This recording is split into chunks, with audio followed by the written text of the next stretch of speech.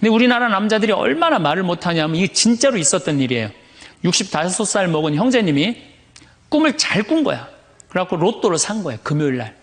그래갖고 그냥 가슴이 부풀은 거야. 그냥 부인한테 막 자랑을 한 거야. 내가 꿈을 꿨는데 이거 오늘 된다. 그리고 보통 꿈이 아니다. 막 돼지가 막 수천 마리 왔다 갔다 한 꿈을 꿨는지. 그래갖고 그냥 막 들떠 있는 거야. 그러니까 부인이 콧소리로 한마디 한 거야. 여보, 그 로또 되면 당신 그 돈 뭐 할 거야? 그때 남자가 정색을 하고 그러더래요.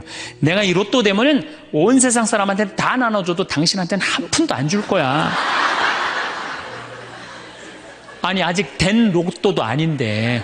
당첨되고 난 다음에 그러면 몰라도 당첨도 안 됐는데. 그냥 이렇게 말하면 얼마나 좋아요. 여보, 당신 평생 나한테 시집 와갖고 고생만 했는데 내가 로또 되면 내가 당신 다 줄게. 쓰고 싶은 대로. 아니, 당첨도 안 된 로또인데 그렇게 말하면 얼마나 기분이라도 좋아요. 근데 그냥 내가 온 세상 사람한테 다 나눠줘도 당신한테 한 푼도 안 줄 거야. 이게 할 말이에요. 근데 우리나라 남자들이 이런다고요.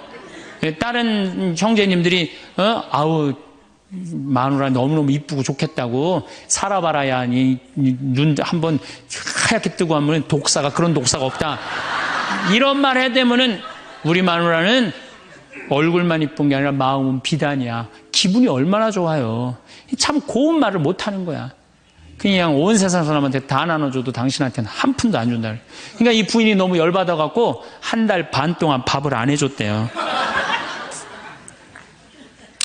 그리고 진짜 무서운 건 집안에서 폭력이에요. 폭력.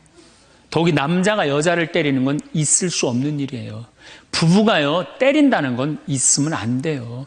아니, 여자가 남편한테 결혼을 할 때는 이 험난한 세상, 저 힘 있는 남자한테 보호받고 싶어서 결혼하는 거 아니에요? 그렇지 않아요, 보통? 그런데 그 남편이 자기를 때린다고 생각하면요, 이건 치욕이에요, 여자한테는. 그래서 남자가 여자를 때리면 안 돼요. 정말로 이것도 진짜 있었던 일인데, 70이 다 돼가는 할머니인데 평생 남편한테 맞으면서 살았대요. 그런데 또 친구 하나가 평생 남편한테 둘이 이제 할머니가 이제 둘이 친구야. 서로 맞고 살아갖고. 근데 그 평생 맞은 할머니가 하루는 이 친구 할머니한테 전화를 한 거야. 막 웃으면서 전화했대. 너 뭐가 이렇게 좋아갖고 전화했냐? 그랬더니 우리 남편이 이번에 병원에 갔는데 글쎄 3개월밖에 못 산다고. 나 지금 입을 뒤집어 쓰고 지금 웃으면서 너한테 전화하는 거라고. 이건 너무 불행하지 않아요? 너무 불행하지 않아요? 정말로 자기 부인 아파서 죽는데 따라 죽는 남편도 있는데 이게 그냥 자기 남편 3개월밖에 안 산다고 이불을 뒤집어 쓰고 막 웃으면서 그냥 전화를 할 정도면 이거 같이 살지 말아야지. 그렇죠? 오늘도 황창현 신부님의 말씀을 통해 행복한 노후를 위한 해안을 얻어가시길 바랍니다. 황창현 신부님의 행복 특강 바로 시작하겠습니다. 우리 인간들은 사실은 사랑이 없을 때 외롭죠. 근데 여러분들, 자식이 부모를 사랑하는 게 클까요? 부모가 자식을 사랑하는 게 클까요? 제가 다녀보면요, 다 부모가 자식을 사랑하는 게 크다고 착각하고 있어요. 근데 3살, 4살, 5살 때만 애들에도 누가 더 부모를 사랑하느냐면 자식이 더 부모를 사랑한대요. 왜냐하면 여러분들 3살, 4살, 5살 된 아이들은 누구밖에 없어요? 엄마밖에 없잖아요. 그래갖고 그냥 엄마 치마 붙잡고 그냥 온 데를 다 따라다니잖아요. 근데 엄마는 그때 아이 모임에도 나가야 되고 그냥 여기저기 다녀야 되는데 그냥 아들이 그냥 계속 매달려 있으면 귀찮아요, 안 귀찮아요? 귀찮을 때 있죠? 그래서 한마디 해서 얜 잠도 없냐고, 좀 가서 좀 자라고. 그래도 그냥 계속. 그러니까 아이가 엄마 아빠를 너무너무 좋아해. 엄마 아빠하고 같이 있고 싶어. 근데 누가 밀어내기 시작하냐면 부모가 밀어내기 시작하는 거예요. 언제까지 밀어내냐면 초등학교 6학년 때까지 계속 밀어내요. 그리고 공부 못한다고 구박까지 해. 밀어내는 것도 모자라서. 그럼 중학교 올라가면 그때부터는 누가 싫어하기 시작해요? 자식이 싫어하기 시작해요. 그래갖고 엄마 아빠를 거절하기 시작해. 근데 엄마 아빠는 똑같은 마음이야. 사랑하는 건 똑같아. 그렇죠? 근데 중학교 올라가면 이놈이 나를 거절하니까 굉장히 섭섭하죠. 그런데 10년 동안 밀어낸 걸 생각해야죠. 10년 동안 같이 아이가 놀아달라고 그럴 때 놀아주고, 매달릴 때 같이 안아주고, 눈 마주쳐주고, 대화해주고, 얘기 들어줬으면은 중학교 올라도 걔는 엄마 아빠 안 미워해요. 그런데 3살서부터 계속 귀찮다고 그러고 자라고 그러고 그냥 뭐 또 때리고 막 공부 못하면 뭐 그냥 네가 그냥 내가 널 낳고 미역국을 끓여 먹고 내가 한심하다 그러고, 그리고 중학교 올라가고 자식이 엄마 막 째려보고 신경질 보고 소리 지르면은 그땐 당황스러운 거예요. 그래서 그런 착각을 하지 마시라는 거예요. 자식이 여러분들을 거절하게 되는 데는 누가 기여를 하는 거예요? 여러분들이 기여를 하는 거예요. 제가 신학교 때 부제 때 매스컴 세미나라는 걸 했는데, 그때 어떤 자매가 와갖고 정말 내 눈물을 찔끔 나게 하는 강의를 한 적이 있어요. 이 자매가 아들이 셋 있었대요. 근데 아들이 셋 있는 집은 항상 둘째가 문제예요. 첫째는 첫째라고 잘해주고 막내는 막내라고 잘해주죠. 그렇죠? 둘째는 항상 소외의식을 느껴요. 항상 피해의식을 느낀다고요. 우리 집에도 아들이 셋 있는데 큰아들은 내가 봐도 저 어머니 아버지가 왜 이해가 안 될 정도로 큰아들한테 잘했어요. 잘못해도 다 감싸 안아주고. 이게 큰아들은 대접받는 거죠. 저는 우리 집 막내였는데 저는 정말로 사랑을 많이 받고 자랐어요. 전 중고등학교 다닐 때 내가 신발을 빨아본 적이 없어요. 형들이 다 빨아줬어요. 왜 빨아줬느냐면 안 빨아주면 어머니 아버지가 혼냈으니까, 막내 신발 빨게 한다고. 그래갖고 그냥 우리 집이 이제 제사를 지내도, 우리 집이 이제 아버님이 장손이라 1년에 어렸을 때 13번, 14번 제사를 지냈어요. 제사를 지내면은 제일 탐나는 게 제사상에 문어다리가 제일 맛있잖아요. 그런데 그냥 큰아들은 큰아들이라고 챙겨주고 막내는 막내라고 알아서 해주는데 둘째 형은 문어다리 차지가 안 가는 거예요. 그래갖고 이제 제사 끝나고 나면 이제 고시리 한다고 그러잖아요. 귀신 마중 나가면은 우리 식구들은 다 나가는데 둘째만 안 따라 나가는 거예요. 왜 안 따라 나가냐면 문어다리 훔치려고. 자기가 훔치지 않으면은 자기 챙겨줄 사람 아무도 없잖아요. 우리 둘째 형은 제사가 지나고 1주일이 지나도 2주일이 지나도 문어다리 물고 다녀요. 자기 어디다 감춰놨는지 모르는데. 그래갖고 제가 지금 얼마 전에 한 2년 전인가 설날 집회를 갔어요. 마침 설날은 제사를 지내니까 가갖고 물어봤어요. 아직도 둘째 형 문어다리 훔치느냐고 그랬더니 형하고 누나가 오늘도 문어다리가 없어졌다는 거예요. 그거 훔친 거지. 그러니까 50이 돼서도 그 어렸을 때 자기가 소외된 거, 피해의식을 보상받고 싶은 거예요. 근데 이 집에 이제 아들이 이제 중학교 3학년, 초등학교 6학년, 초등학교 3학년 세 아이가 있었대요. 근데 마침 그날은 초등학교 6학년 둘째 아들만 집에 있었대요. 그래서 이 자매님이 남편한테 여보, 둘째 아이 좀 데리고 목욕탕에 들어가서 목욕 좀 시키라고. 그래갖고 뭐 아빠도 뭐 집에 있으니까 둘째 아들 이제 목욕을 시킨다고 목욕탕에 들어갔대요. 근데 5분이 지났는데 남편이 얼굴이 새빨개져갖고 막 뛰쳐나왔대. 옷도 제대로 안 입고. 당신 왜 애 목욕시키라고 했더니 왜 뛰쳐나오냐? 당신 먼저. 여보, 내가 목욕을 하러 들어갔는데 저놈이 이상한 말을 한다는 거예요. 그래서 무슨 말을 하느냐고. 아니 나도 벗고 이제 자기도 이제 둘째 아들도 옷을 벗었는데 딱 옷을 벗었는데 둘째 아들이 눈을 똑바로 뜨고 아버지한테 그러더래요. 아버지도 벗고 나도 벗었으니까 우리 남자 대 남자로 아무것도 안 걸쳤으니까 솔직하게 말 좀 해보자고. 그래서 이놈은 무슨 얘기를 하느냐. 아니 초등학교 6학년 놈이 딱 빨개 벗고 아버지도 벗고 나도 벗었으니까 우리 솔직하게 얘기 좀 해보자고 그러니까 얼마나 당황스러워요. 그래서 무슨 얘기냐 그랬더니 아버지는 날 정말로 사랑하는 거냐. 무슨 소리냐. 지난 겨울에 아버지가 밤에 두부 심부름 시켰을 때 난 너무너무 밤에 나가는 게 무서웠다. 왜냐하면은 동네에 불량 형들이 걸리면 돈을 뺏고 그래서 난 밤에 나가는 거 너무너무 싫었다.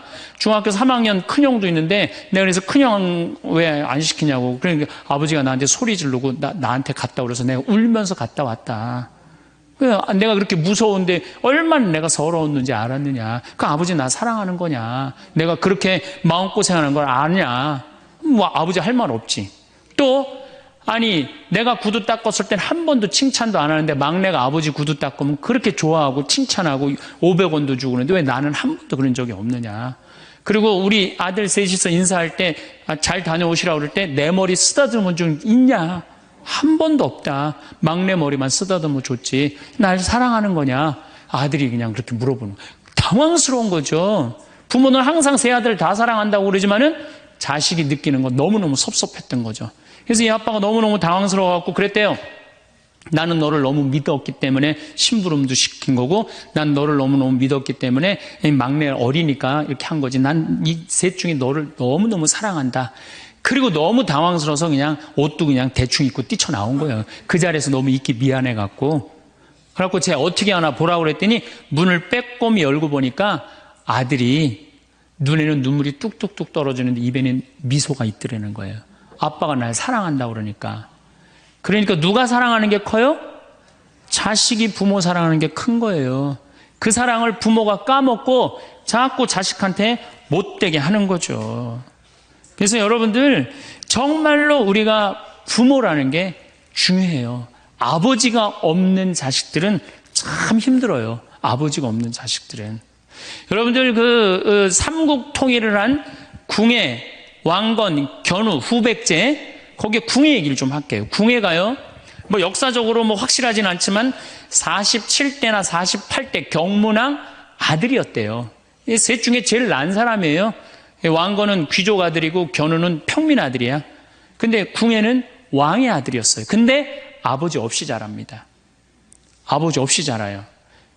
아버지 없이 자라는 사람들은요, 심리학자들이 얘기를 하기에 1살서부터 3살 때까지 가장 중요하대요. 이때 아버지 엄마가 안아주고 뽀뽀해주고 엄마 아빠라고 그럴 때 격려해주고 기저귀 갈아주고 이럴 때 아이들은 뭐가 생기느냐 하면 신뢰심이 생긴대요. 세상은 믿을 만한 데다. 그리고 그냥 아이가 막 걸을 때 옆에서 박수 쳐주고 걸음 뛸 때 그럼 아이들이요, 그 굉장히 심리적으로 안정감을 준다는 거예요. 그런데 이때 아버지가 없는 아이들은 심리적으로 굉장히 불안하다는 거예요. 여러분들, 이 아빠가 아이들 이 목마 태워주면은 애들 좋아해요, 안 좋아해요? 좋아하죠? 그런데 아빠 키가 1m 70이고 애가 50cm면 2m 20이에요. 그 꼭대기에 올라가고 또 애는 아빠 머리를 잡고 막 까르르 넘어가지 않아요? 좋아갖고 아빠 머리를 잡고 걔는 무의식 속에 이런 생각을 갖는데요. 세상은 이렇게 높아도 믿을 만한 데다. 이 든든한 아버지가 있으니까. 그런 믿음이 생긴다는 거예요. 그런데 궁예는 그랬던 경험이 한 번도 없었던 거야. 그러니까 나중에는 사람을 의심을 하기 시작하는 거예요. 의심하기 시작하는 거예요. 그래갖고 나중에 관심법이라는 걸 개발해요. 그래갖고 네가 의심하는지 안 의심하는지 내가 안다. 그래갖고 그냥 신하들도 그냥 의심도 안 하는데 너 의심한다고 그러고 죽이고, 결국 누구까지 죽여요? 자기 부인하고 아들까지 죽여요. 그리고 마지막으로 쓸쓸한 최후를 맞이해요. 신부님, 나는 우리 남편이 일찍 죽어갖고 우리 애들 그냥 혼자 키웠는데 너무 섭섭합니다. 아버지 없이도 훌륭하게 자라는 사람 간혹 있어요. 그게 누구냐면 오바마가 아버지 없이 자라잖아요. 할머니 손에서 얼마나 훌륭해요. 그렇죠? 그러나 일반적으로 보면은 그렇다는 거예요. 아버지가 굉장히 중요한데, 근데 슬픈 거는 우리나라는 아버지가 있어도 없는 것 같아요.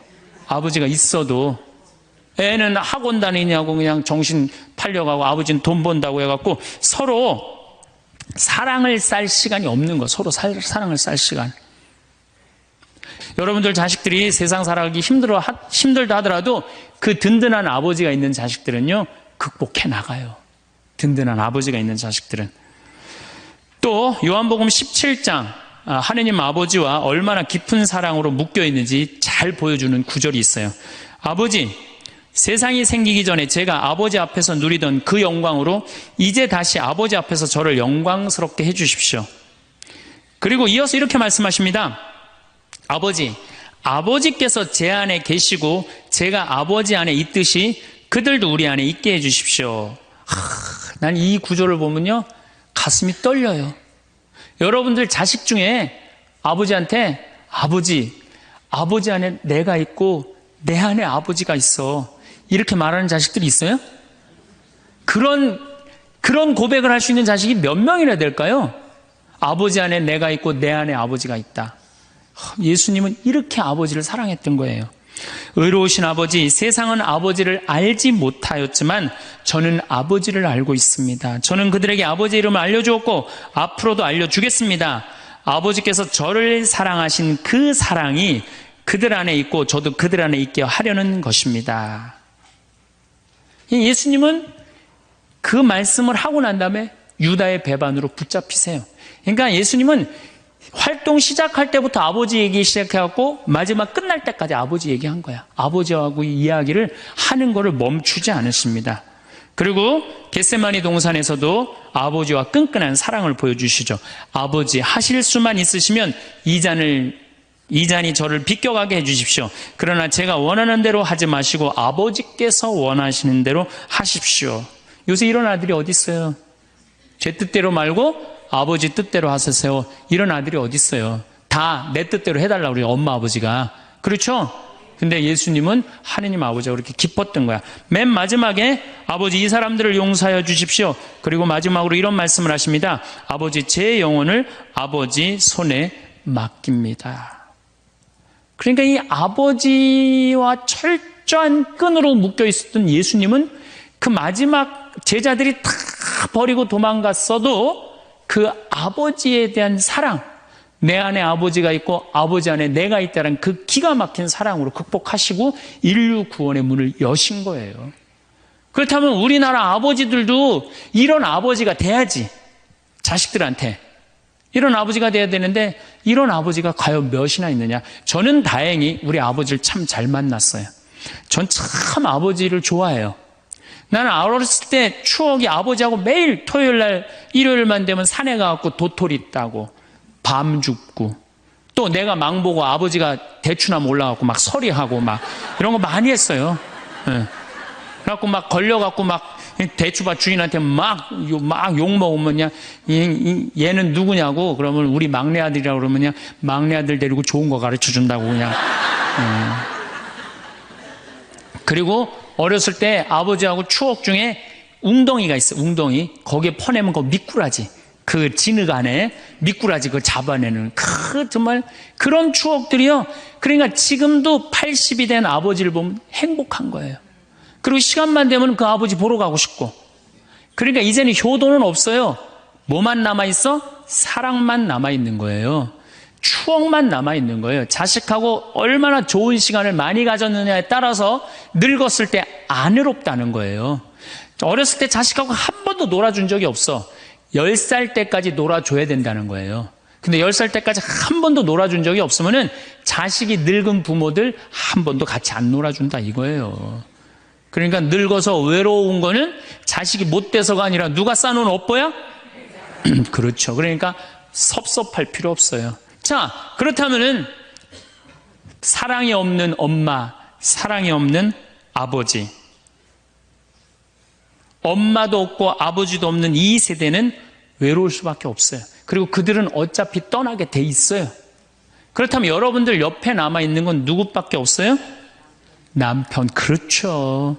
50살에 자식들 떠나면 50부터 100살까지 여러분들 옆에 남아있을 수 있는 유일한 사람은 남편밖에 없어요. 근데 여러분들 그 남편한테 잘해요? 옛날에는요 부모한테 자식이 전부였어요. 왜 옛날에는 부모한테 자식이 전부였느냐면 20살에 결혼해갖고 내가 40살이 되면은 자식이 20살이 돼요. 그러면은 되게 50살까지 밖에 못 살았어요. 그럼 자식이 몇 년 효도하면 되냐면 10년만 효도하면 돼요. 그러면 알아서 죽어줘 주니까. 그러니까 옛날엔 자식이 부모한테 애절해서 안 애절했어요? 애절했어요. 그리고 20살 먹은 아들이 왜 50살 먹은 부모한테 죽지 말라고 왜 그렇게 손가락 깨물어서 입에 단지해주고 허벅지 살 잘라갖고 울며 불며 죽지 말라고 그랬을까요?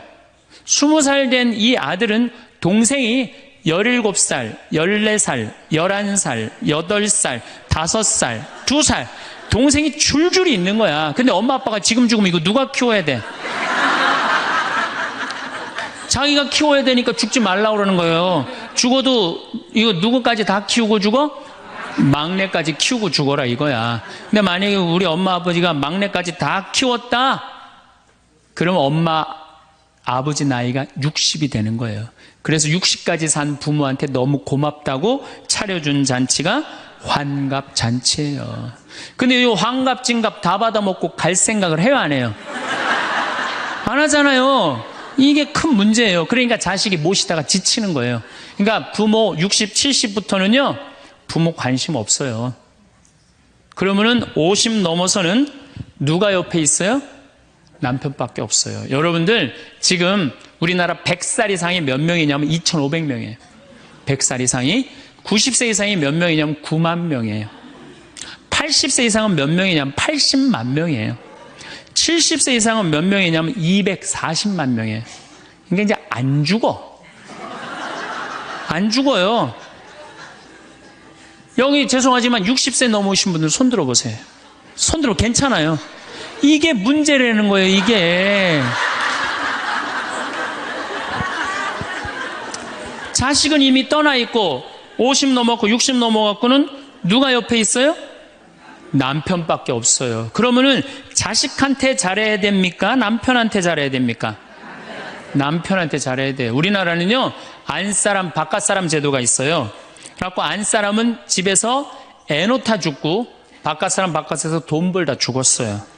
근데 이게 의술이 좋고 영양이 좋고 고생을 안 하다 보니까 바깥사람이 50이 넘어도 안 죽는 거야. 안 죽어갖고 직장에서 쫓겨나갖고 집안에 들어와서 안사람이 돼버려요. 딱 안방에 이제 들어앉아 있는 거죠. 예. 근데 집안에 들어와갖고 부인 일을 도와주면 좋은데 도와줘요, 안 도와줘요? 안 도와주고 그냥 할 일 없으니까 마누라 하는 일 챙겨내, 안 챙겨내요? 챙겨내죠? 이게 미치는 거지, 그때부터. 젊었을 때는 맛있는 거 차려놓고 여보 일찍 들어와. 그래도 생전 안 들어오더니 이제 50 넘어서는 굳이 집에 안 들어와도 되는데 때 따라 철 따라 집에 들어오네. 그러니까 여러분들이 자식들 품에 안하고 키울 때는 외로운지 몰라요. 그렇죠? 근데 자식 떠나고 나면은 체인징 파트너를 해요. 이쁜 자식은 떠나고 쭈글쭈글한 남편이 돌아오는 거야. 그런데 50부터 110살까지 살려면은 젊었을 때 같이 여행 다니는 추억도 있어야 되고 젊었을 때 사랑도 쌓여 있어야지 50 넘어갔고 100살까지 그 추억 먹고 살 거 아니에요. 근데 그런 추억이 하나도 없어. 그 50 넘어갖고 와갖고 그냥 잔소리만 하고 그냥 그러면은 그 남편이 싫은 거예요. 그러니까 서로 한 집에 살지만은 각방 따로 쓰고 외롭게 사는 거죠. 그래도 여러분들은 괜찮아요. 여러분들은. 우리 신부들은요 진짜 불쌍해요. 생각을 해봐요. 20살에 신학교 들어갔어요. 그래서 30에 신부 돼요. 그래갖고 옛날엔 75세 은퇴였어요. 75세 은퇴. 75세는 그래도 괜찮았어요. 은퇴하고 그냥 거의 바로 이제 세상 떠나시니까 요즘 70세로 은퇴가 내려왔어요. 그리고 이제 65세로 내린대요. 65세 은퇴해도 된다. 이렇게 내린대. 왜? 서울교구 우리 보좌 신부님들 뭐 10년, 12년, 13년 하잖아요. 그러니까 빨리 은퇴할 사람 빨리 하고 보좌들 빨리 본당 내보내야 되니까 빨리 은퇴해라 이거야. 그러면은 65세부터 은퇴해갖고 우리 부관장 신부는 110살까지 산단 말이야. 그러면은 20살에 신학교 들어갖고 65세까지 45년 혼자 살아. 그래갖고 65세 은퇴해갖고 110살까지 또 혼자 살아. 45년, 90년 혼자 사는 거야. 그래서 나는 우리 신부님들 은퇴시키는 거 반대하는 신부예요. 65세 은퇴시켜갖고 다시 보좌 신부로 발령을 내라. 보좌 신부로 발령을 내갖고 아니 고해성사 듣게 하면 되잖아요.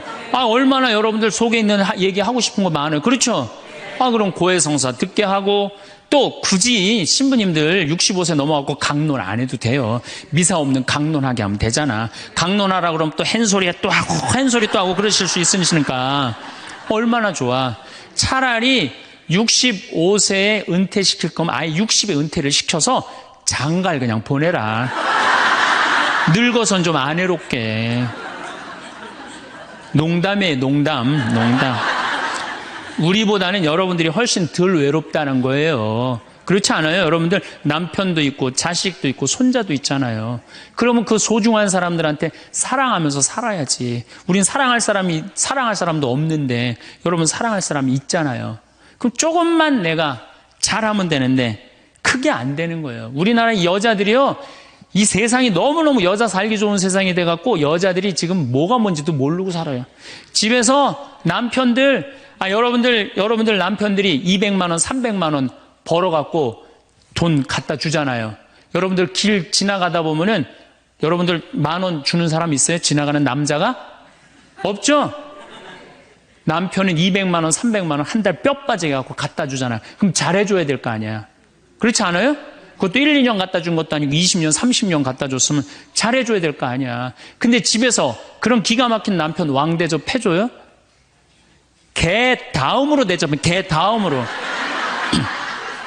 집에 마누라 자식 먹여 살린다고 이마가 땅바닥에 닿도록 인사하고 다니는 거예요. 여러분들 남편들 다 나가면 그래요. 그럼 집에서 왕대접 해줘야 될 거 아니야. 집에서도 왕대접 못 받아, 직장에서도 왕대접 못 받아. 어디 가면 왕대접 받아요. 룸사롱 가면 왕대접 받아요. 룸사롱 가면은 막 그냥 가슴이 볼랑말랑한 옷 입고 그냥 여자들이 그냥 허벅지 트어진 치마 입고 그냥 머리도 그냥 생머리 싹 하고 그냥 사장님 오셨느냐고 그냥 팔짱도 끼고 그냥 술도 따라주고 그냥 또 그냥 안주 드시라고 그냥 땅콩 오징어 말아갖고 입에 막 넣어주고. 얼마나. 그러니까 30만 원, 40만 원 쓰는 게 안 아까운 거예요. 대한민국의 룸사롱으로 남자를 몰아내는 건 누가 몰아내는 거냐?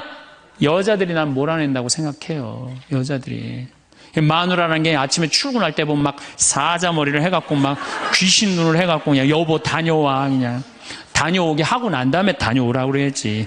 예쁘게 차려입고 문 입구에서 여보 다녀와. 그러면 내가 이렇게 이쁜 마누라 있는 집에 돌아와야 돼. 그런 마음으로 나가서 일할 거 아니에요. 사자머리 밥도 제대로 안 챙겨주고 그냥 다녀오라고 그러고.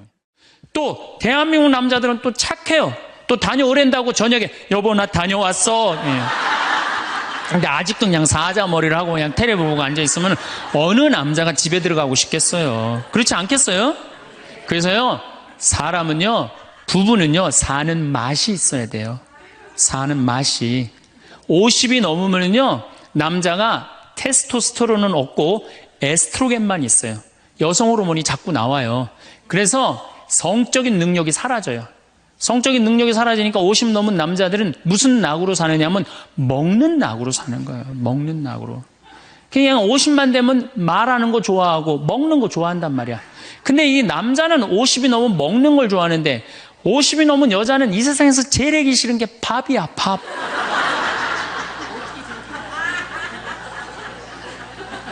그러니까 그냥 둘이 사는데 왜 김치찌개를 끓여도 한솥 끓여. 그냥 하기 싫으니까 귀찮으니까 한솥 끓여갖고 그냥 다음날 아침에 그냥 그거 졸여갖고 아침상에 올려놓고 그냥 저녁엔 또 오늘같이 하루 피정하고 저녁에 이제 여보 나 저녁 집에 가서 먹을게 그러면 또 그거 볶아갖고 저녁상에 또 올려놓고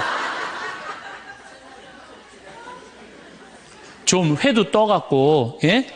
여기 가깝잖아요. 회시장 가갖고 우럭 회 맛있잖아요. 매운탕도 떠갖고 소주도 한 병 사고 그래갖고 그냥 허벅지 틀어진 치마 이브닝 드레스도 하나 딱 입고 저녁에 남편 들어오면 여보 이거 내가 한 거야 딱 술 따라주면 남자가 얼마나 살맛이 나요. 사는 맛 나지 않겠어요? 네, 좀 신선로도 좀 해갖고 탁 하고 짜장면도 좀 만들어주고 베트남 국수도 좀 해서 주고 요즘 뭐 또 순대 또 그냥 유명한 데 많잖아요. 전화하면 택배로 다 보내주잖아요. 순대도 탁 썰어갖고 그냥 간 썰어갖고 그냥 소주 한 잔 탁 하고 신부님 무슨 돈으로 그런 걸 합니까? 애 휴학시키고 자식은 무슨 자식이야. 지금 누구밖에 없어요? 부부밖에 없어요. 애 휴학시키고 그렇게 하세요. 신부님 난 휴학시킬 자식이 없는데 집 잡혀요. 나이 드신 분들은 은행에 가고 집 잡혀가고 다 쓰세요. 자식 물려줄 생각하지 말고. 네. 그래야지 사는 맛으로 사는 거 아니에요. 그리고 부부는 사는 맛으로도 살아야지만 사는 멋으로도 살아야 돼. 사는 멋이 있다. 멋있게 살아야 될 거 아니에요. 근데 나는 제일 가슴 아픈 우리 자매님들이 어떤 분들이냐면은 자기를 꾸미지 않는 분들이에요. 이쁘게 좀 이쁜 옷도 사 입고 그래야 되는데 생전 자기가 무슨 군인이야? 집에 있어도 파마를 해도 꼭 철모 뒤집어 쓴 거 딱 1년 내내 풀어지지도 않는 거 쓰고 앉아갖고 그냥 생전 그냥 마누라라는 게 그냥 맵시 있는 옷 한 번 제대로 입지도 않고 그럼 남편이 사는 맛이 있어요? 사는 멋이 있어요? 좀 꾸며야죠, 본인이. 예쁜 옷도 좀 사서 입고, 좀 브릿지도 좀 넣었다가, 머리도 그냥 생머리도 했다가, 이쪽으로도 묶었다가, 저쪽으로도 묶었다가, 어느 날 좀 틀어도 올리고, 이래야지 그냥 남자가 사는 맛도 있고, 사는 멋도 있을 거 아니에요. 생전 그냥, 옷도 그냥, 신부님, 맵시가 있어야지 옷을 사입죠. 그러면 좀 살도 좀 빼시고. 그냥 이건 벤지 엉덩이지 구분도 안 되는 그냥 몸매를 가지고 그냥 몸빼바지만 계속 짚고 이 집에 있으면은 어느 남자가 집에서 가고 싶어요. 본인을 꾸미시라는 거예요. 그래서 남자는요, 사는 맛도 있고 사는 멋도 있는 거, 멋도 있어야 돼요. 그래서 예쁜 옷. 남편도 좀 꾸며주고, 남편도 좀 나비 넥타이도 좀 하고. 남자가 50이 넘으면요, 제가 지난 미국에 한번 강의를 갔는데 너무 멋있는 부부를 봤어요.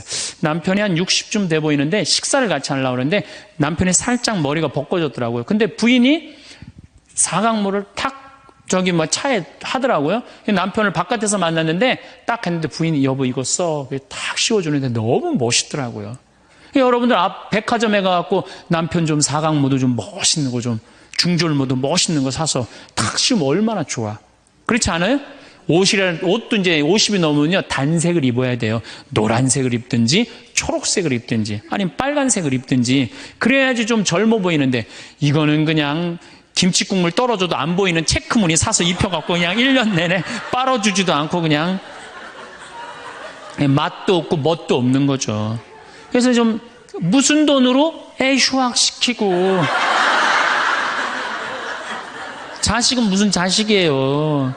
여러분들 이제 50이 넘어가갖고요, 여러분들의 유일한 동반자는 누구밖에 없다? 남편밖에 없다. 그럼 남편한테 잘해줘야죠. 제가 여러분들한테 꼭 부탁하고 싶은 거는 옛날에 중세시대는요, 성제집 다 팔아갖고 갔어요. 다 팔아서 그냥 예루살렘 가는 걸로 끝나는 거예요. 거기서 죽어도 여한이 없다고. 그러니까 여러분들도 예수님 어제 복음에 자케오 얘기 나왔죠? 그거 예리고 얼마나 좋아요. 그리고 그냥 갈릴레아도 좀 호수도 가보고 얼마나 좋아요. 신부님 무슨 돈으로? 휴학시키고 그 돈이면 충분해요. 한번 갔다 오면은요 신앙이 틀려지거든요. 성주순례도 가고. 제가 지난 9월인가 작년 9월에 성주순례를 한 40분 하고 갔다 왔는데 어떤 형제님이 70 먹은 형제님이 기가 막힌 말씀을 하시더라고요. 무슨 말씀을 하시냐면은 내 강의를 듣고 집을 잡혀서 왔대요. 근데 가만히 생각을 해보니까 집은 은행에 잡히면 대출을 해준대요. 은행에 잡히면 대출해주잖아요. 근데 나이는 대출해주는 데가 아무 데도 없대요. 여러분들 누가 나이 대출해줘? 한 살이라도 더 먹기 전에 다리에 힘 풀리기 전에 갔다 오셔요. 그리고 내가 성주순례를 가면은 너무 행복해하는 거 자매님들이. 그래갖고 나는 은혜 받아갖고 성제 갖고 그냥 성령을 충만히 받아갖고 10일 동안 저렇게 행복하고 그냥 은총에 그냥 가득한 줄 알았더니 12일 동안 밥을 안 하잖아. 밥을.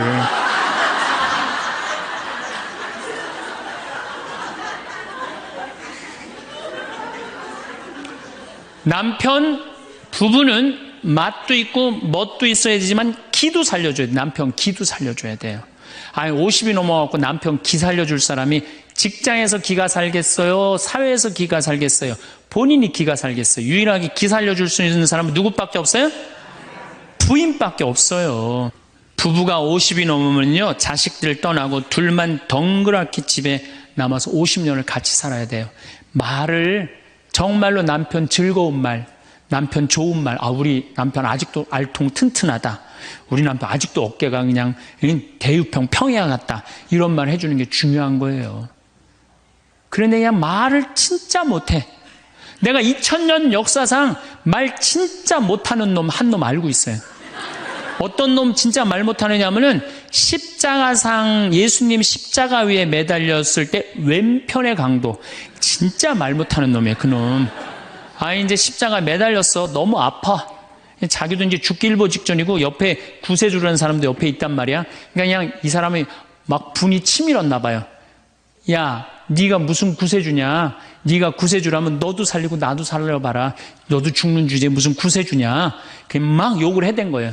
그러니까 예수님이 그냥 매달려갖고 아파 죽겠는데 이놈이 이상한 소리 하니까 대꾸도 안 해요.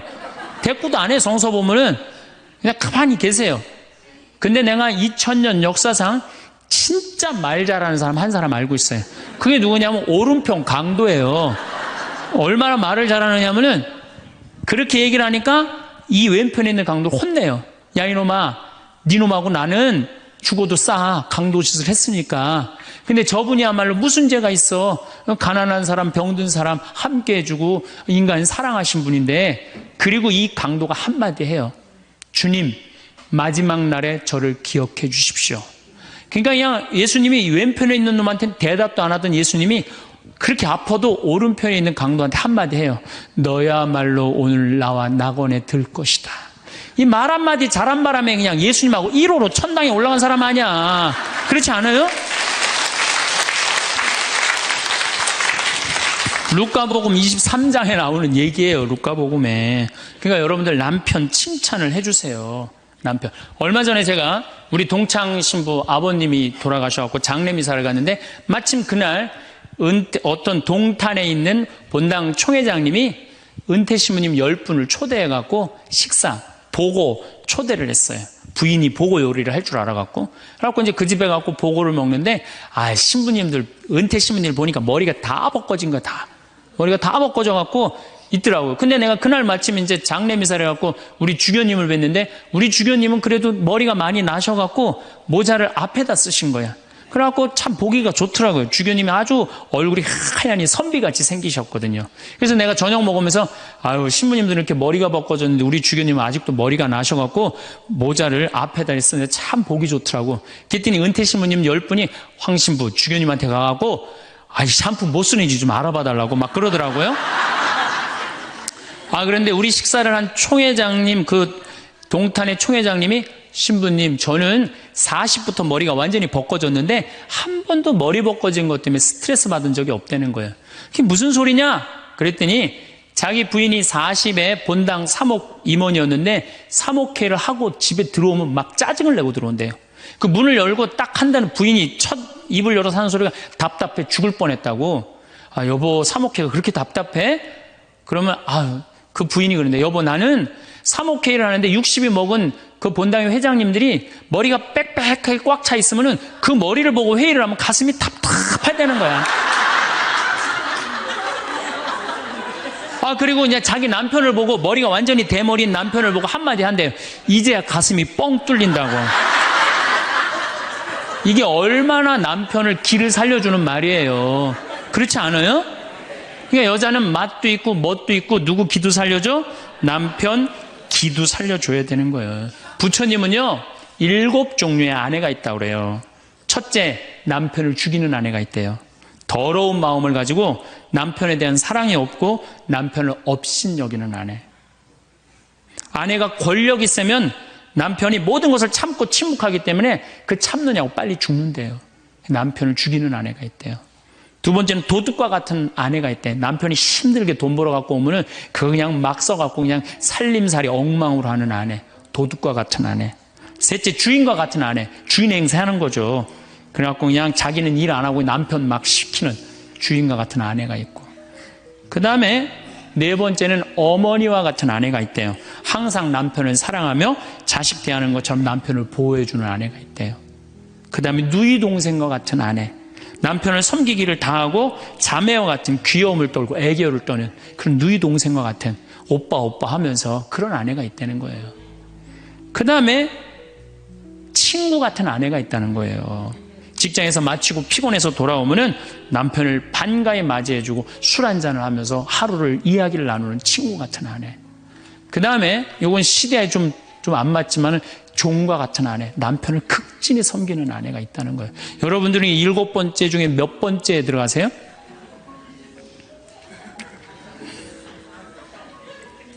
아무것도 아니에요? 이 7번째 아무것도 아니면 큰일인데. 근데 우리나라 남자들도 문제예요. 사실은 이 부인한테 참 잘해야 되거든요. 자기 믿고 따라온 사람이 얼마나 귀하게 해야 돼. 근데 우리나라 남자들 참 부인한테 말 못해요. 정말 이쁘다고 말 한마디 해주면 얼마나 좋아. 여자는요 1년 365일 365가지 방법으로 이쁘다는 소리를 듣고 싶어 한대요. 오늘같이 이렇게 태양이 찬란한 날은 여보, 저 찬란한 태양처럼 당신 오늘 너무 이뻐. 그리고 비가 촉촉하게 오면 여보, 당신 촉촉한 비처럼 이뻐. 어떤 방법을 써서라도 이쁘다는 말하면 여자는 행복하다는 거예요. 그리고 요리를 해주면 맛있다고 먹으면은 김치찌개, 이렇게 맛있는 김치찌개 먹을 수 있는 사람은 세상은 나 하나밖에 없다고. 이렇게 정말로 이런 말을 해줘야 되는데, 생전 뭐 맛있다, 맛없다, 그런 말 안 하면은 여자가 밥할 맛 나겠어요? 안 나죠? 그럼요. 그리고 한 30년 밥 얻어먹었으면 이제 설거지는 해야지. 그렇게 얻어먹었으면 설거지는 해야지. 양심 있는 거 아니야? 그렇지 않아요? 여자는 언제 행복하냐면 남편이 자기 살림을 도와줄 때 행복하다고 그러더라고요. 내 얘기를 듣고 어떤 형제님이 17년 동안 설거지 할 생각을 한 번도 안 했대. 17년 동안. 그래갖고 이제 내 얘기를 듣고 이제 자기도 이제 해봐야 되겠다. 그렇게 생각을 하고 저녁에 여보, 당신 반찬하냐고 애쓰고 밥하냐고 애썼으니까 내가 설거지 해줄게. 앉아서 텔레비 봐. 그랬더니 부인이 그러더래요. 2번 청소하게 하지 설거지하게 하지 말고 그냥 가만히 있으라고 그러더래요. 그래서 이 남편이 그랬대요. 아니야, 내가 오늘 해보고 싶어서 그래. 그리고 설거지를 했대요. 그리고 이제 그 형제는 미사 해설하러 성당에 갔는데 메시지가 왔대요. 여보, 나는 오늘 당신이 한 설거지 지금 다시 하고 있어. 하지만은 오늘처럼 행복한 날은 없어. 17년 결혼 생활 중에 오늘처럼 행복한 날은 없어. 고마워. 내 살림살이를 도와줘서. 그 메시지를 형제님이 나한테 보냈어요. 신부님, 요 조그만 거 이렇게 행복할 수 있는데 내가 왜 이제까지 안 했는지 모르겠다고. 그러니까 우리 정말 부인한테, 정말로 자매님들한테 서비스 해줘야 돼. 이제는 서로를 사랑해야 돼요. 서로를 사랑하고 아껴줘야 돼요. 그러니까 여러분들 남편한테 잘하세요. 또 여기 있는 우리 형제님들 누구한테 잘해요?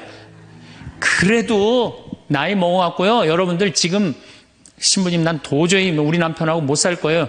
지금 바꿔봐야 거기서 거기에요. 지금 바꿔봐야.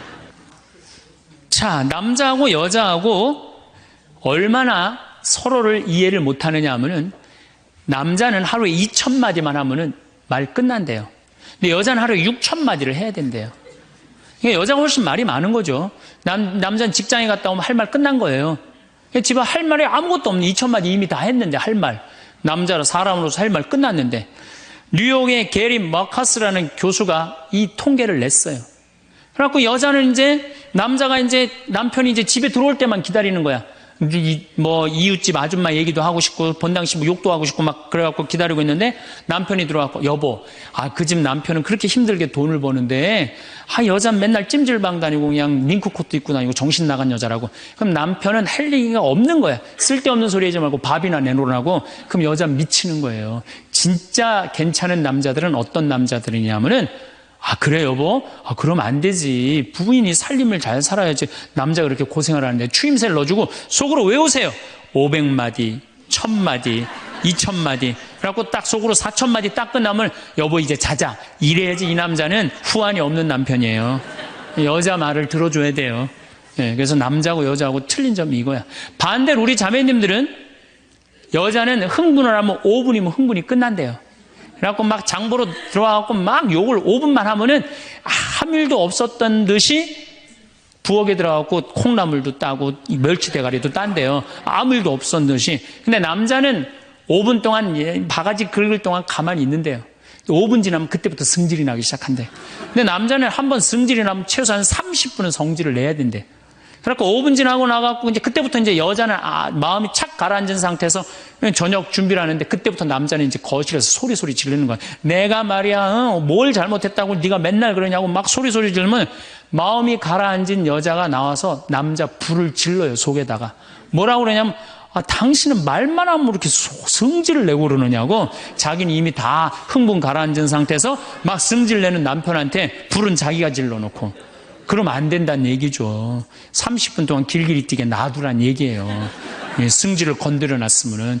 어쨌든 우리가 이 인생을 외롭게 살고 싶지 않다면은 부부가 사랑하는 수밖에 없어요. 그래야만이 우리 인생이 풍요로워요. 더욱이 여러분들 노년 50년 60년 부부밖에 없어요. 훈련하면 된대요.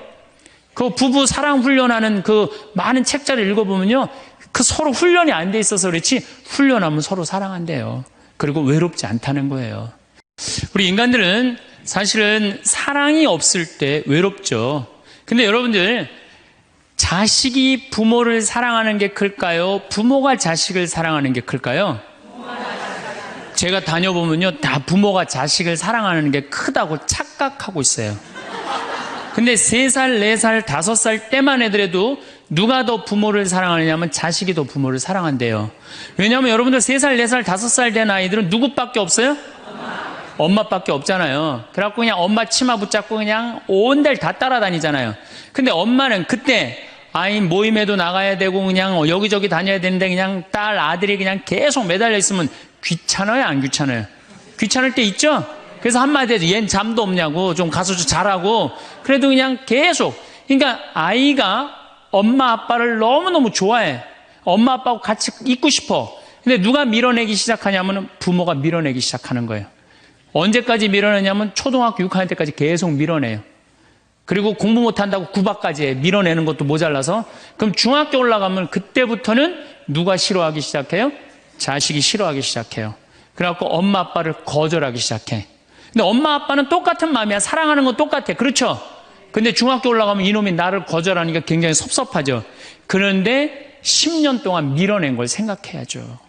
10년 동안 같이 아이가 놀아달라고 그럴 때 놀아주고, 뭐 매달릴 때 같이 안아주고, 눈 마주쳐주고, 대화해주고, 얘기 들어줬으면은 중학교 올라도 걔는 엄마 아빠 안 미워해요. 그런데 3살서부터 계속 귀찮다고 그러고 자라고 그러고 그냥 뭐 또 때리고 막 공부 못하면 뭐 그냥 네가 그냥 내가 널 낳고 미역국을 끓여 먹고 내가 한심하다고 그러고, 그리고 중학교 올라가고 자식이 엄마 막 째려보고 신경질을 보고 소리 지르면은 그땐 당황스러운 거예요. 그래서 그런 착각을 하지 마시라는 거예요. 자식이 여러분들을 거절하게 되는 데는 누가 기여를 하는 거예요?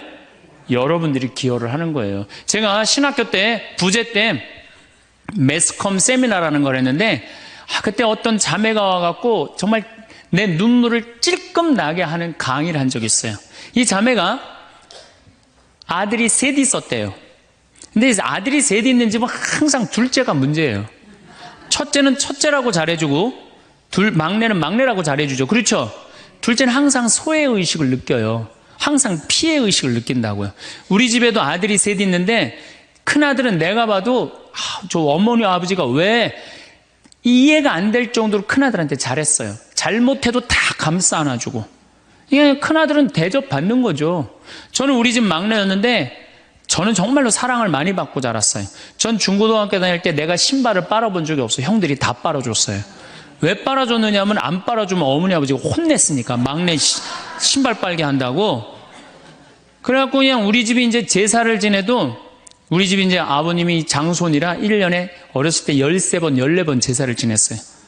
제사를 지내면은 제일 탐나는 게 제사상에 문어다리가 제일 맛있잖아요. 그런데 그냥 큰아들은 큰아들이라고 챙겨주고 막내는 막내라고 알아서 해주는데 둘째 형은 문어다리 차지가 안 가는 거예요. 그래갖고 이제 제사 끝나고 나면 이제 고시리 한다고 그러잖아요. 귀신 마중 나가면은 우리 식구들은 다 나가는데 둘째만 안 따라 나가는 거예요. 왜 안 따라 나가냐면 문어다리 훔치려고. 자기가 훔치지 않으면은 자기 챙겨줄 사람 아무도 없잖아요. 우리 둘째 형은 제사가 지나고 1주일이 지나도 2주일이 지나도 문어다리를 물고 다녀요. 자기 어디다 감춰놨는지 모르는데. 그래갖고 제가 지금 얼마 전에 한 2년 전인가 설날 집회를 갔어요. 마침 설날은 제사를 지내니까 가갖고 물어봤어요. 아직도 둘째 형 문어다리 훔치느냐고 그랬더니 형하고 누나가 오늘도 문어다리가 없어졌다는 거예요. 그거 훔친 거지. 그러니까 50이 돼서도 그 어렸을 때 자기가 소외된 거, 피해의식을 보상받고 싶은 거예요. 이 집에 이제 아들이 이제 중학교 3학년, 초등학교 6학년, 초등학교 3학년 세 아이가 있었대요. 근데 마침 그날은 초등학교 6학년 둘째 아들만 집에 있었대요. 그래서 이 자매님이 남편한테 여보, 둘째 아이 좀 데리고 목욕탕에 들어가서 목욕 좀 시키라고. 그래갖고 뭐 아빠도 뭐 집에 있으니까 둘째 아들 이제 목욕을 시킨다고 목욕탕에 이제 들어갔대요. 근데 5분이 지났는데 남편이 얼굴이 새빨개져갖고 막 뛰쳐나왔대. 옷도 제대로 안 입고. 당신 왜 애 목욕시키라고 했더니 왜 뛰쳐나오냐? 당신 먼저. 여보, 내가 목욕을 하러 들어갔는데 저놈이 이상한 말을 한다는 거예요. 그래서 무슨 말을 하느냐고. 아니 나도 벗고 이제 자기도 이제 둘째 아들도 옷을 벗었는데 딱 옷을 벗었는데 둘째 아들이 눈을 똑바로 뜨고 아버지한테 그러더래요.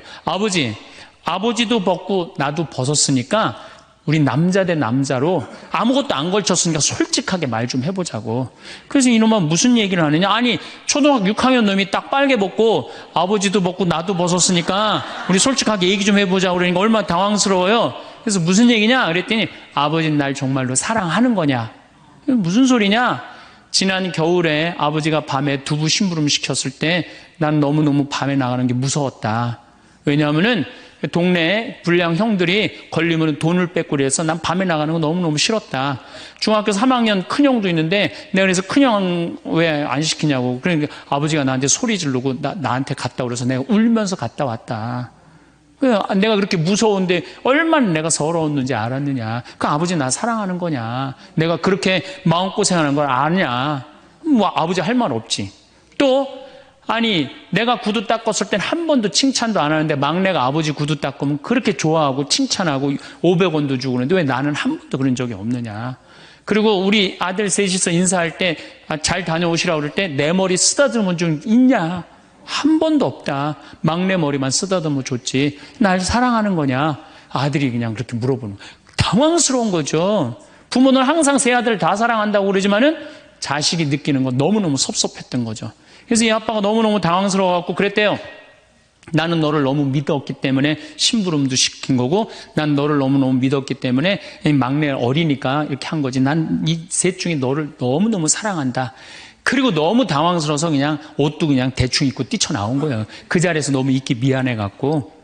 그래갖고 제가 어떻게 하나 보라고 그랬더니 문을 빼꼼히 열고 보니까 아들이 눈에는 눈물이 뚝뚝뚝 떨어지는데 입에는 미소가 있더라는 거예요.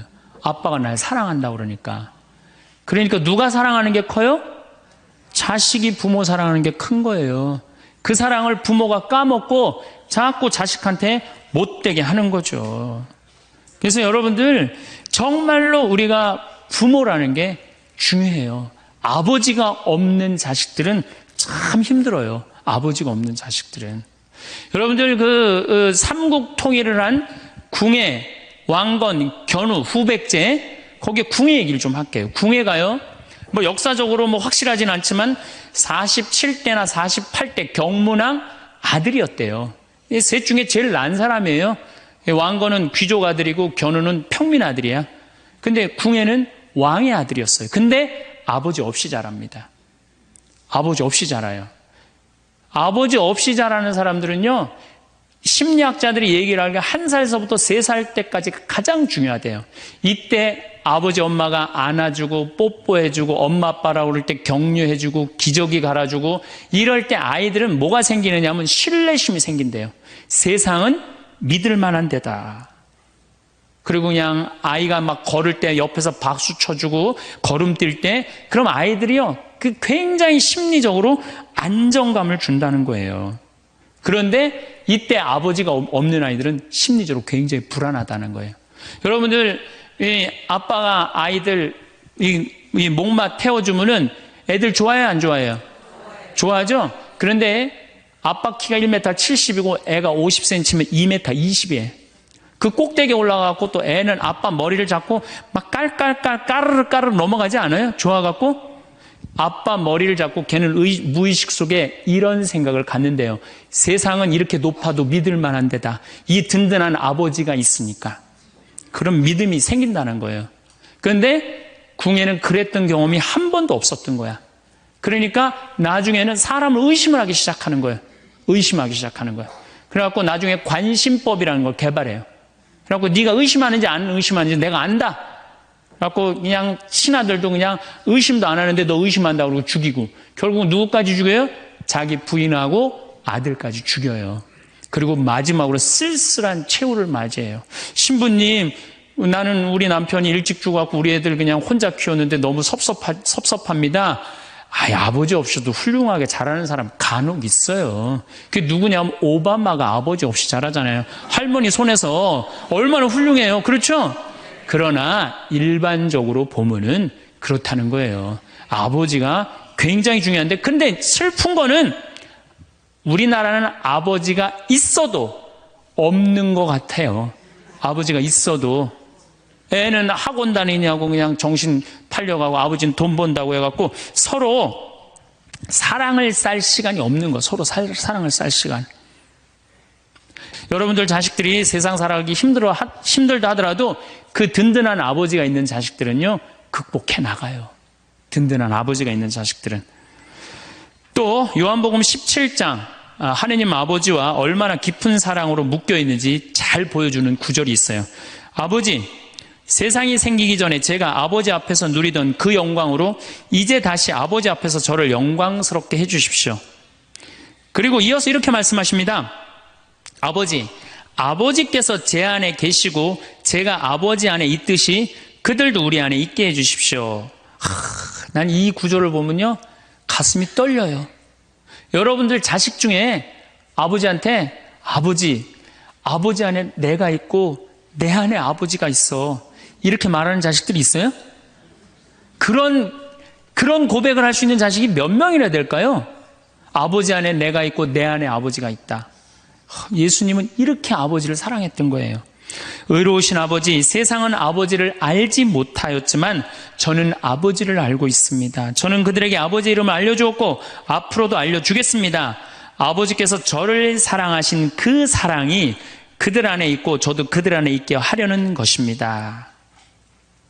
예수님은 그 말씀을 하고 난 다음에 유다의 배반으로 붙잡히세요. 그러니까 예수님은 활동 시작할 때부터 아버지 얘기 시작해갖고 마지막 끝날 때까지 아버지 얘기한 거야. 아버지하고 이야기를 하는 거를 멈추지 않으십니다.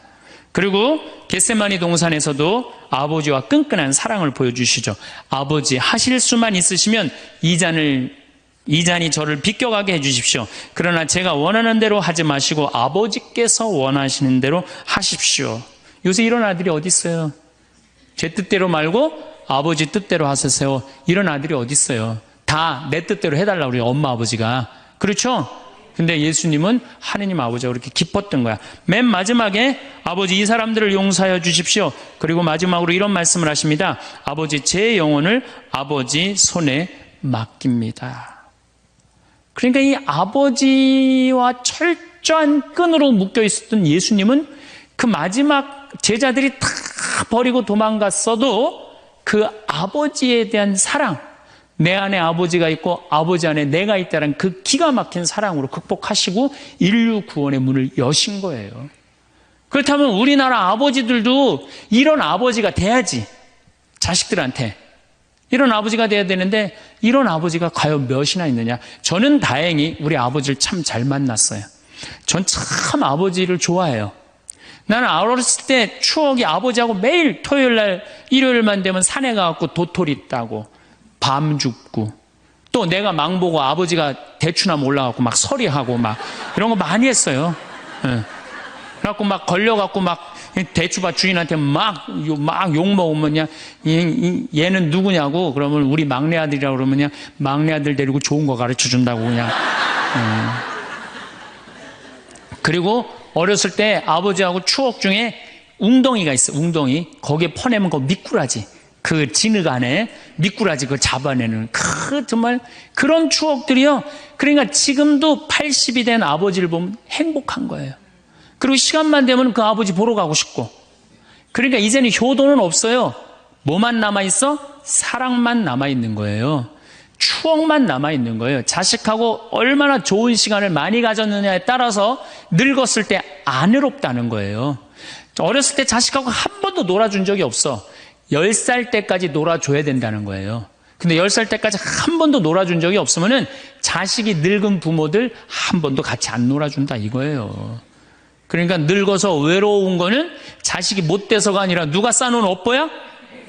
그렇죠. 그러니까 섭섭할 필요 없어요. 자, 그렇다면은 사랑이 없는 엄마, 사랑이 없는 아버지, 엄마도 없고 아버지도 없는 이 세대는 외로울 수밖에 없어요. 그리고 그들은 어차피 떠나게 돼 있어요. 그렇다면 여러분들 옆에 남아있는 건 누구밖에 없어요? 남편. 그렇죠. 50살에 자식들 떠나면 50부터 100살까지 여러분들 옆에 남아있을 수 있는 유일한 사람은 남편밖에 없어요. 근데 여러분들 그 남편한테 잘해요? 옛날에는요, 부모한테 자식이 전부였어요. 왜 옛날에는 부모한테 자식이 전부였느냐면 20살에 결혼해갖고 내가 40살이 되면은 자식이 20살이 돼요. 그러면은 되게 50살까지 밖에 못 살았어요. 그럼 자식이 몇 년 효도하면 되냐면 10년만 효도하면 돼요. 그러면 알아서 죽어줘 주니까. 그러니까 옛날엔 자식이 부모한테 애절해서 안 애절했어요. 애절했어요. 그리고 20살 먹은 아들이 왜 50살 먹은 부모한테 죽지 말라고 왜 그렇게 손가락 깨물어서 입에 단지해주고 허벅지 살 잘라갖고 울며 불며 죽지 말라고 그랬을까요? 20살 된 이 아들은 동생이 17살, 14살, 11살, 8살, 5살, 2살 동생이 줄줄이 있는 거야. 근데 엄마 아빠가 지금 죽으면 이거 누가 키워야 돼? 자기가 키워야 되니까 죽지 말라고 그러는 거예요. 죽어도 이거 누구까지 다 키우고 죽어? 막내까지 키우고 죽어라 이거야. 근데 만약에 우리 엄마 아버지가 막내까지 다 키웠다? 그러면 엄마 아버지 나이가 60이 되는 거예요. 그래서 60까지 산 부모한테 너무 고맙다고 차려준 잔치가 환갑잔치예요. 근데 이 환갑진갑 다 받아먹고 갈 생각을 해요, 안 해요? 안 하잖아요. 이게 큰 문제예요. 그러니까 자식이 모시다가 지치는 거예요. 그러니까 부모 60, 70부터는요 부모 관심 없어요. 그러면은 50 넘어서는 누가 옆에 있어요? 남편밖에 없어요. 여러분들 지금 우리나라 100살 이상이 몇 명이냐면 2,500명이에요. 100살 이상이. 90세 이상이 몇 명이냐면 9만 명이에요. 80세 이상은 몇 명이냐면 80만 명이에요. 70세 이상은 몇 명이냐면 240만 명이에요. 그러니까 이제 안 죽어. 안 죽어요. 여기 죄송하지만 60세 넘으신 분들 손 들어보세요. 손 들어 괜찮아요. 이게 문제라는 거예요, 이게. 자식은 이미 떠나 있고 50 넘었고 60 넘어갖고는 누가 옆에 있어요? 남편밖에 없어요. 그러면은 자식한테 잘해야 됩니까? 남편한테 잘해야 됩니까? 남편한테 잘해야 돼요. 우리나라는요 안사람 바깥사람 제도가 있어요. 그래갖고 안사람은 집에서 애 놓다 죽고 바깥사람 바깥에서 돈 벌다 죽었어요. 근데 이게 의술이 좋고 영양이 좋고 고생을 안 하다 보니까 바깥사람이 50이 넘어도 안 죽는 거야. 안 죽어갖고 직장에서 쫓겨나갖고 집안에 들어와서 안사람이 돼버려요. 딱 안방에 이제 들어앉아 있는 거죠. 예. 근데 집안에 들어와갖고 부인 일을 도와주면 좋은데 도와줘요, 안 도와줘요? 안 도와주고 그냥 할 일 없으니까 마누라 하는 일 챙겨내, 안 챙겨내요? 챙겨내죠? 이게 미치는 거지, 그때부터. 젊었을 때는 맛있는 거 차려놓고 여보 일찍 들어와 그래도 생전 안 들어오더니 이제 50 넘어서는 굳이 집에 안 들어와도 되는데 때 따라 철 따라 집에 들어오네. 그러니까 여러분들이 자식들 품에 안 하고 키울 때는 외로운지 몰라요. 그렇죠? 근데 자식 떠나고 나면은 체인징 파트너를 해요. 이쁜 자식은 떠나고 쭈글쭈글한 남편이 돌아오는 거야. 그런데 50부터 110살까지 살려면은 그러고 난 다음에 이제 또 물이 차갖고 지붕까지 했네. 지붕에 올라가고 헬기가 왔어. 헬기가 빨리 타라고, 이거 안 타면 이거 죽는다고. 걱정하지 마. 하느님이 와서 구해줄 테니까 당신 가라고. 마지막 이 사람 죽었어요. 죽어갖고 하느님한테 따졌어요. 하느님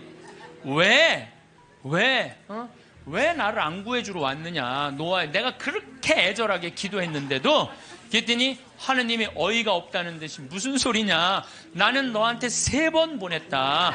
한 번은 방송으로 보내고 한 번은 배로 보고 한 번 헬리콥터까지 보냈다.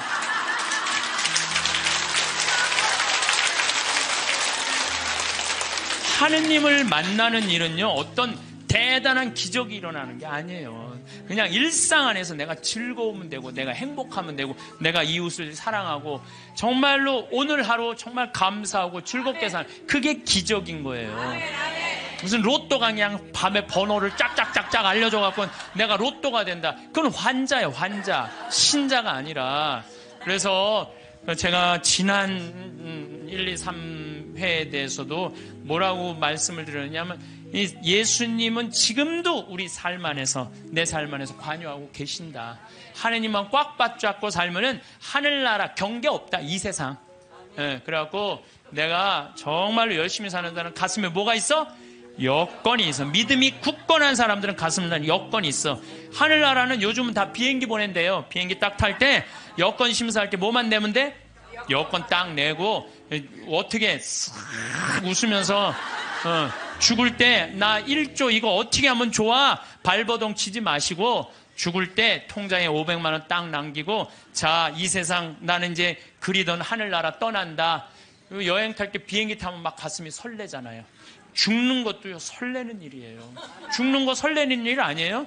새로운 삶으로 올라가는 과정인데 얼마나 설레. 그러니까 설레니까 우리 그냥 그 최 신부님 손잡고 우리 마리아 할머니가 씩 웃으면서 이 세상 떠나듯이 여러분들도 마지막 날 웃으면서 떠날 수 있는 그런 분들 되기를 바라겠습니다.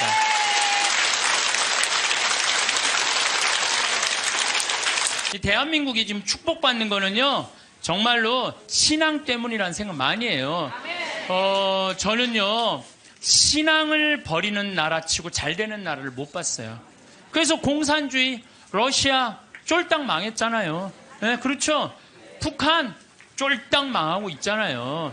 이게 하느님을 버리면은요, 다 잃어버리는 거예요. 저는 일본 쟤네들 뭐 어쩌고 저쩌고 그러는데 저 국제적인 지지를 받지 못하잖아요.